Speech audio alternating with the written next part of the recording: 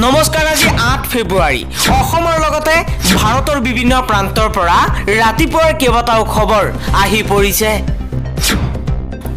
এই মুহূৰ্তত জনাই আছো এটা ব্ৰেকিং নিউজ পেলেষ্টাইনী লোকে কেতিয়াও এৰি নিদিয়ে আল আকসা মছজিদ আল আকসা মছজিদৰ ইমামৰ শেষ ভাষ্য আল আকসা মছজিদৰ ইমামে কৈছে জীৱন দিব তথাপিও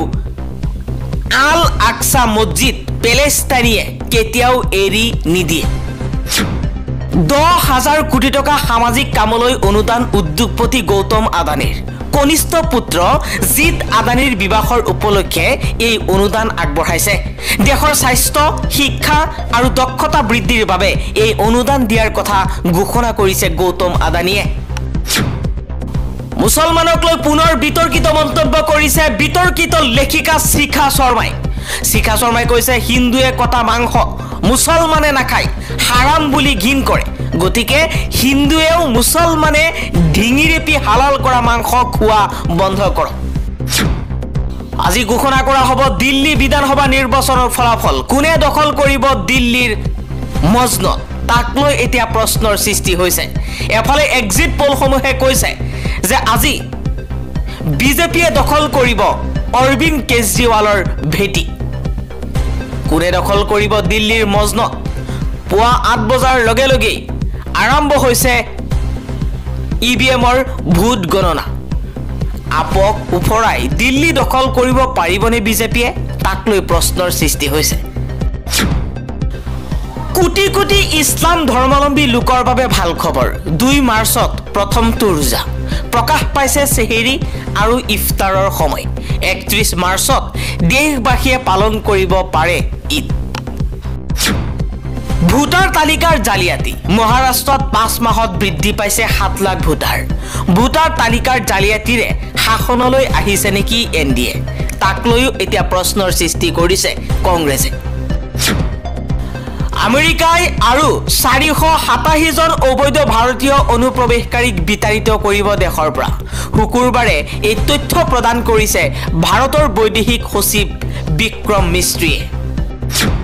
চাকৰি ঘূৰাই পালে নিলম্বিত 21 গৰাকীকৈ ৰাজপত্ৰিত বিষয়াই ৰাজ্য চৰকাৰৰ ব্যৰ্থতাৰ বাবে নিলম্বন আৰু বিভাগীয় তদন্তত স্থগিতাদেশ উচ্চ ন্যায়ালয়ৰ ৰাজ্য চৰকাৰক নিলম্বনৰ সন্দৰ্ভত উত্তৰ বিচাৰিছিল ন্যায়ালয়ে সঠিক সময়ত উত্তৰ দিয়াত ব্যৰ্থ চৰকাৰ 21 গৰাকী ৰাজপত্ৰিত বিষয়াই ন্যায়ালয়ত কৰিছিল আবেদন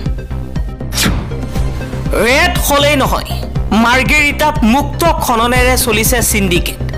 দিছপুৰৰ পৃষ্ঠপোষকতাত চলিছে প্ৰকৃত ধ্বংসযজ্ঞৰ আখৰা অবৈধ কয়লা সিন্ডিকেটৰ অবিকেন্দ্ৰ হৈ পৰিছে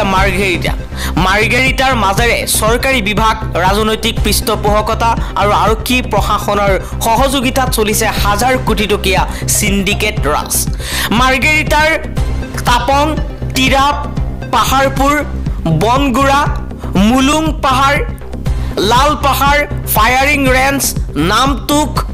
নামদাঙকে আদি কৰি বিভিন্ন ঠাইত চলি আছে মুক্ত খনন অৰ্থাৎ ওপেন কাষ্ট মাইনিং অমৰাংচুত চলি থকা ৰেড হোল মাইনিংয়ে কেৱল অবৈধ নহয় মাৰ্গেৰিটাত অবৈধ আৰু অবাধভাৱে ওপেন কাষ্ট মাইনিং চলি আছে বুলি গুৰুতৰ অভিযোগ তুলি তিনিচকীয়াৰ পৰাই সংবাদমেল পাতি সৰব হৈছে ৰাইজৰ দল হিমন্ত বিশ্ব শৰ্মা ইয়াৰ লগত জড়িত আছে নে নাই তাক লৈ প্ৰশ্ন কৰা হৈছে শ্ৰীলংকাত বিতৰ্কৰ আৱৰ্তত আদানীৰ শক্তি প্ৰকল্প পৰিৱেশ ৰক্ষাৰ দাবীত নাগৰিকৰ তীব্ৰ প্ৰতিবাদ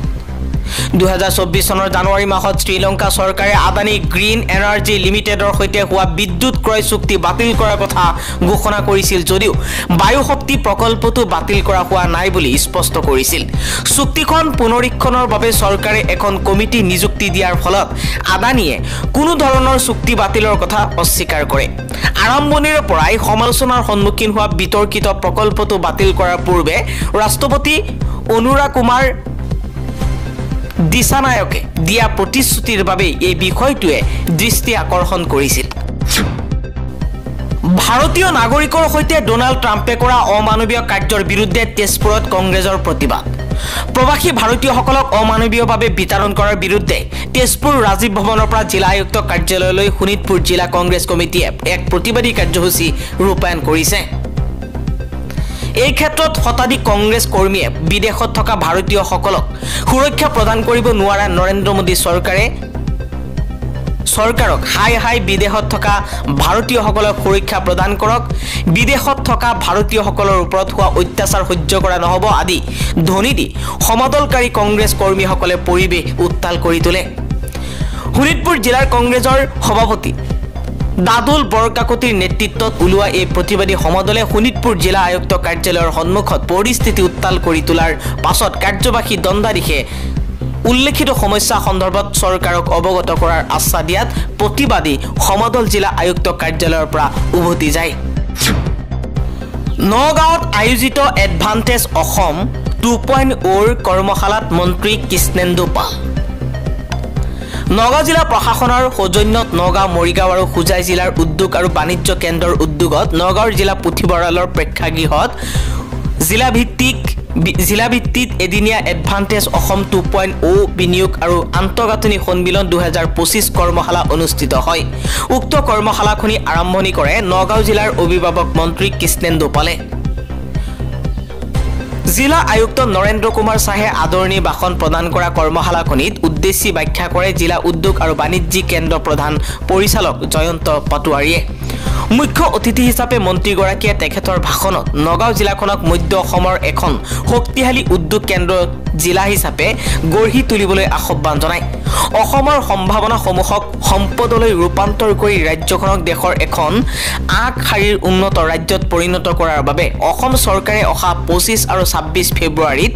গুৱাহাটীৰ খানাপাৰা অসম পশু চিকিৎসা বিজ্ঞান মহাবিদ্যালয়ৰ খেলপথাৰত এডভান্টেজ অসম 2.0 বিনিয়োগ আৰু আন্তঃগাঁথনি সন্মিলন 2025 আয়োজন কৰে।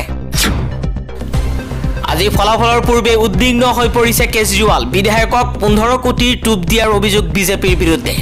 অৰবিন্দ কেজৰিৱালে আপৰ প্ৰাৰ্থীসকলৰ সৈতে এখন বৈঠকত মিলিত হৈছে। তাত দলৰ নেতাসকলে বিজেপিৰ বিৰুদ্ধে হৰ্চ ট্ৰেডিঙৰ অভিযোগ উত্থাপন কৰিছে। এইবাৰ পবিত্ৰ কুৰাণ শ্বৰীফ জ্বলাই দিয়াৰ হুংকাৰ দিছে বিতৰ্কিত লেখিকা শিখা শৰ্মাই। এই মুহূৰ্তত দেখুৱাইছো বিতৰ্কিত লেখিকা শিখা শৰ্মাৰ এটা ফেচবুক পোষ্ট। হিমন্ত বিশ্ব শৰ্মা চৰকাৰে অসম আৰক্ষীয়ে